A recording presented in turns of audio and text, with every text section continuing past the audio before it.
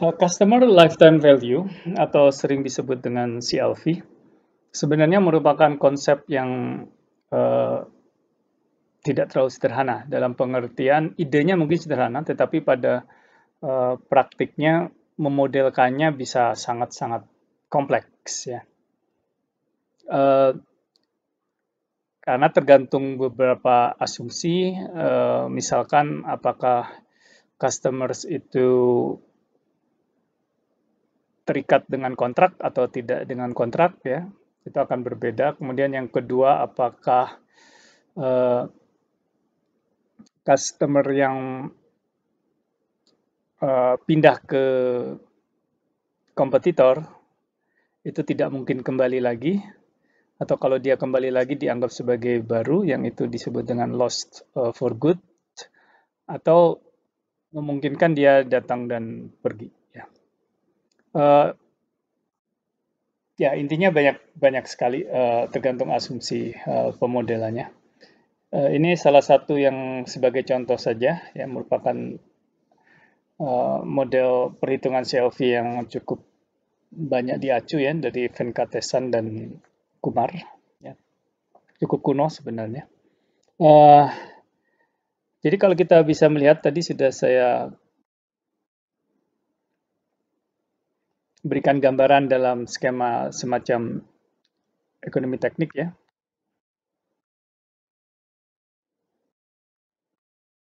Jadi yang di atas itu adalah contribution margin, jadi profit yang diperoleh dari hubungan dengan customer tertentu, customer ke I. Yang di bawah ini adalah future cost. Ya. Nah ini ada rumus ektek ya, ini ada discount rate, ada R, ya, discount rate-nya. Jadi sejuta tahun ini dengan sejuta tahun depan tentu beda.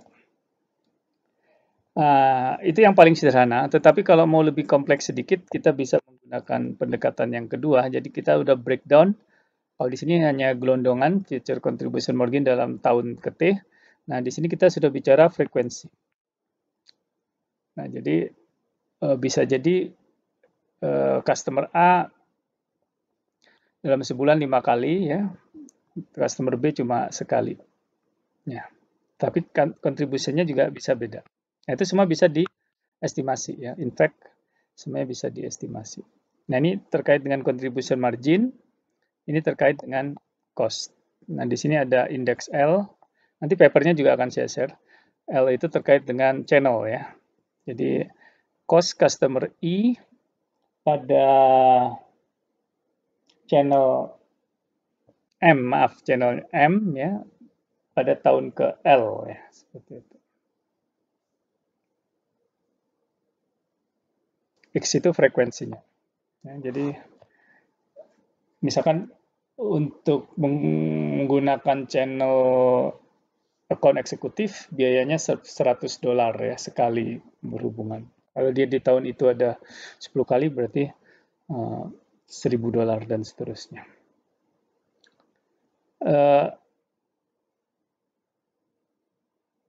Nah, ini contribution margin, frekuensi, biaya itu perlu diestimasi.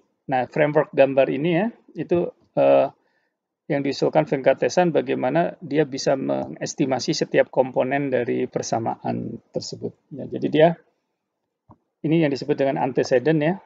Ini antecedentnya untuk purchase frekuensi, antecedentnya adalah customer karakteristik, switching cost ya.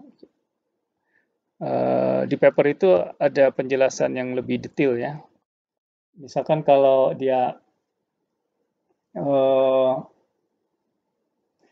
sering membeli produk upgrades, maka predicted purchase frekuensinya akan lebih tinggi karena cenderung loyal ya. Dia upgrade berarti dia puas. Kedepannya dia akan loyal ya, predicted frekuensi. Demikian juga kalau sering melakukan cross buying. Dari segi involvement, kalau semakin sering melakukan bidirectional communication, ya sering berkomunikasi, itu juga diprediksi purchase frekuensinya meningkat. Ini semuanya berdasarkan empiris ya, data empiris. Kemudian number of returns. Nah, ini hubungannya inverted U-shape ya, inverted U-shape. Tidak pernah mengembalikan, itu kedepannya frekuensinya makin dikit, bahkan churn ya. Terlalu sering juga ada optimalnya. Kenapa? Kalau terlalu sedikit, artinya mungkin dia tidak punya tidak punya saluran untuk mengembalikan, atau langsung saja dia langsung apatis ya. Terlalu sering juga tidak tidak bagus, lama kelamaan tidak puas ya, karena ngembaliin terus. Nah, jadi ada titik optimalnya. Number of web-based kontak sama ya, semakin sering mengkontak diprediksi frekuensinya naik. Kemudian terkait dengan previous behavior, produk kategori purchase ya,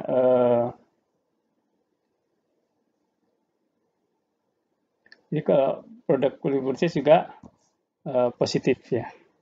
Semakin banyak produk kategori yang dibeli, maka frekuensinya akan semakin tinggi.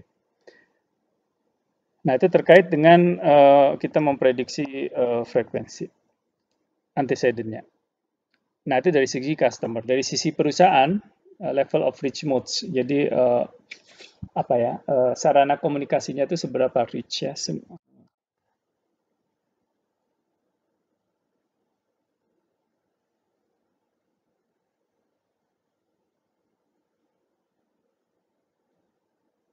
Nah,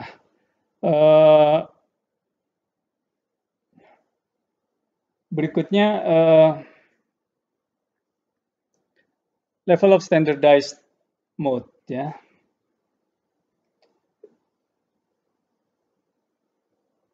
Itu inverted U-shape ya.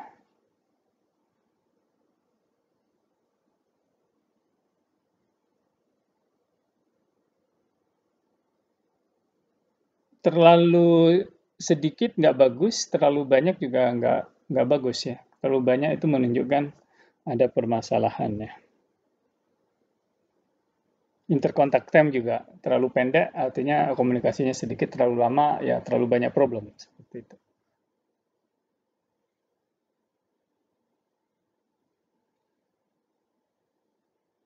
Nah, berikutnya customer karakteristik yang mempengaruhi contribution margin ya. Oh ya, itu tadi channel communication itu juga sumber cost ya, karena komunikasi membutuhkan biaya, minimal biaya orang ya. Kemudian kalau zaman dulu biaya telepon.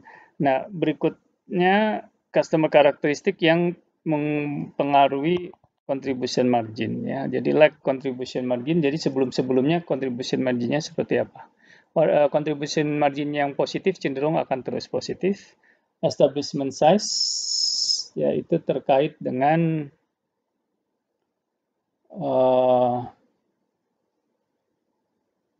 ukuran perusahaannya. Semakin besar perusahaannya, contribution marginnya semakin besar. Industri kategori, nah itu tergantung kategorinya ya. Kemudian total quantity purchase, ya jadi selama ini belinya banyak, ya, kalau selama ini belinya banyak juga cenderung positif. Nah, dari sini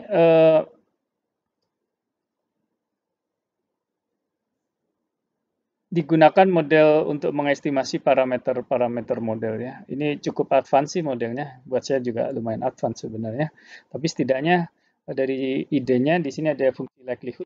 Kalau masih ingat di statistika industri atau statistika 2 ada maksimum likelihood. Jadi dia akan mencari parameter-parameter model. Ini contohnya di sini dia pakai gamma ya, model gamma, distribusi gamma untuk memprediksi jumlah kejadian, jumlah frekuensi di masa depan.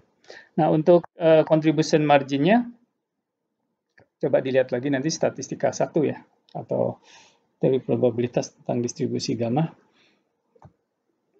Distribusi eksponensial itu salah satu kasus khusus dari gamma. Nah, berikutnya di sini untuk memprediksi kontribusi margin, itu dia pakai model time series ya.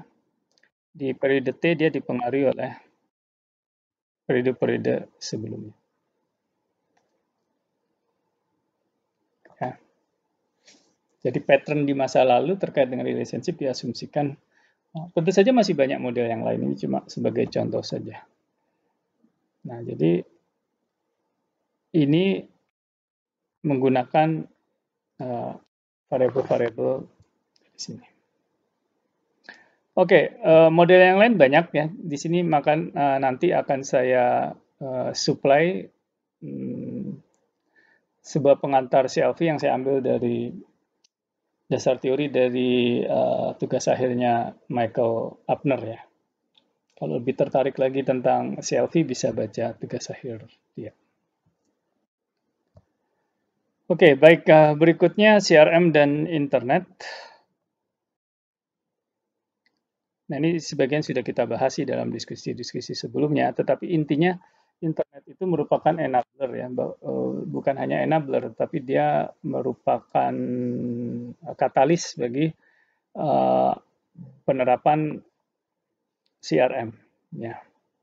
Nah, jadi kalau kita menggunakan data di internet ya, kita bisa memiliki yang disebut dengan pasif data. Ya, pasif data itu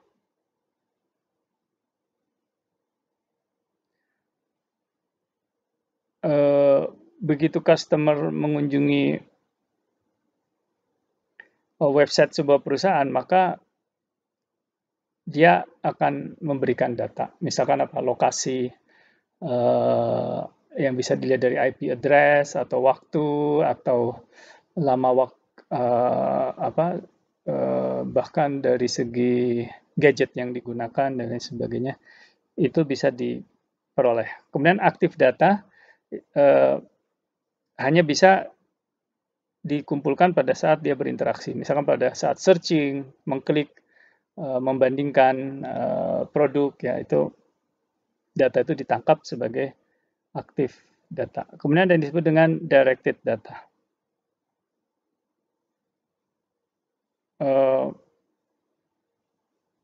Ini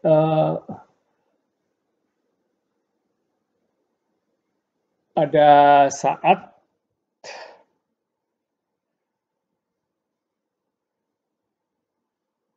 apa ya contohnya misalkan pada saat seorang customer browsing surat kabar online ya, misalkan kan ada cookies ya. Nah, jadi behavior dia selama browsing, selama menggunakan komputer ya, itu dicatat.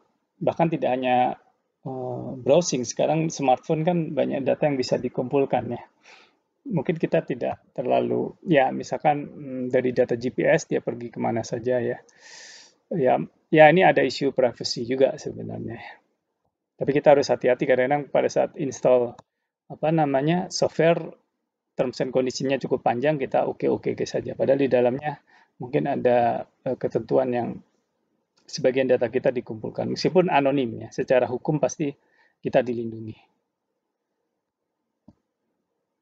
Nah, sebagai summary-nya ya, building customer relationship based on customer interaction. Jadi CRM itu bagaimana membangun customer relationship berdasarkan customer interaction.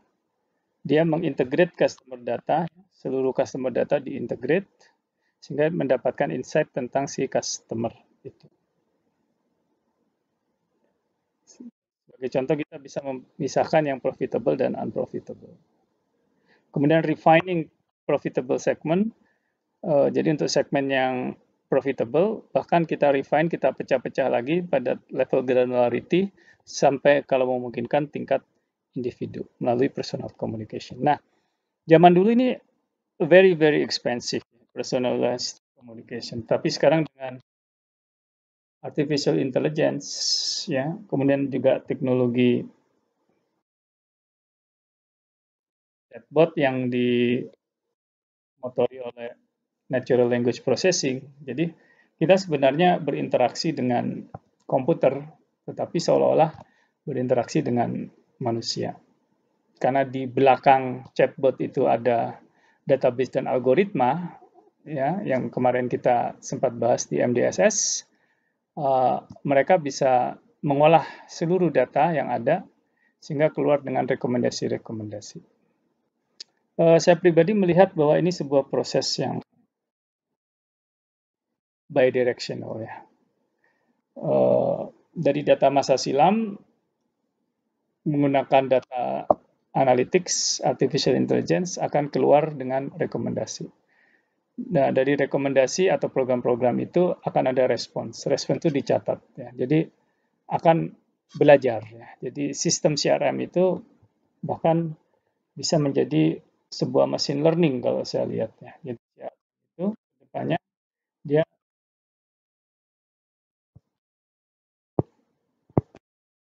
machine learning. Nah, tentu saja ini harus dikombinasikan dengan experimental design.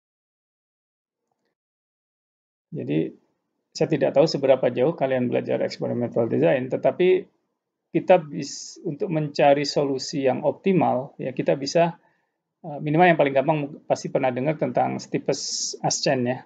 Jadi kita mencari jalan yang paling cepat mencapai puncak. Nah itu bisa dicapai dengan experimental design. Nah ini banyak dipakai di yang sekarang perusahaan yang sangat-sangat memanfaatkan proses ini adalah Netflix. Ya, kalau kalian cari di YouTube, bahkan mungkin nanti bisa saya supply linknya. Ada beberapa video bagaimana Netflix memanfaatkan experimental design untuk memberikan best experience dengan atau very personalized ya. Coba kalian nanti bisa bandingkan atau ada yang langganan Netflix, bandingkan halaman pada saat membuka Netflix kalian dengan teman kalian. Itu pasti akan berbeda dalam banyak hal. Ya. Karena itu adalah personalized yang diperoleh, dioptimasikan oleh Netflix melalui machine learning dan experimental design. Sehingga Netflix itu terkenal memiliki hubungan yang sangat kuat dengan customer-nya. Bahkan mereka bisa menciptakan film baru ya. Jadi ada beberapa sekarang Netflix original itu di skenario-nya itu dipelajari dari bagaimana penonton itu memilih film, kemudian dia mengulang, fast forward, dan lain sebagainya. Jadi adegan-adegan tertentu diloncat, adegan tertentu mungkin diulang, dan lain sebagainya. Oke, baik itu terkait dengan CRM ya. Kita lihat hubungannya dengan marketing intelligence sangat-sangat erat ya. Jadi kita bisa memanfaatkan tools dalam marketing intelligence untuk meningkatkan customer relationship dan sebaliknya dari customer relationship mereka bisa menyuplai data untuk memperbaiki proses marketing intelligence di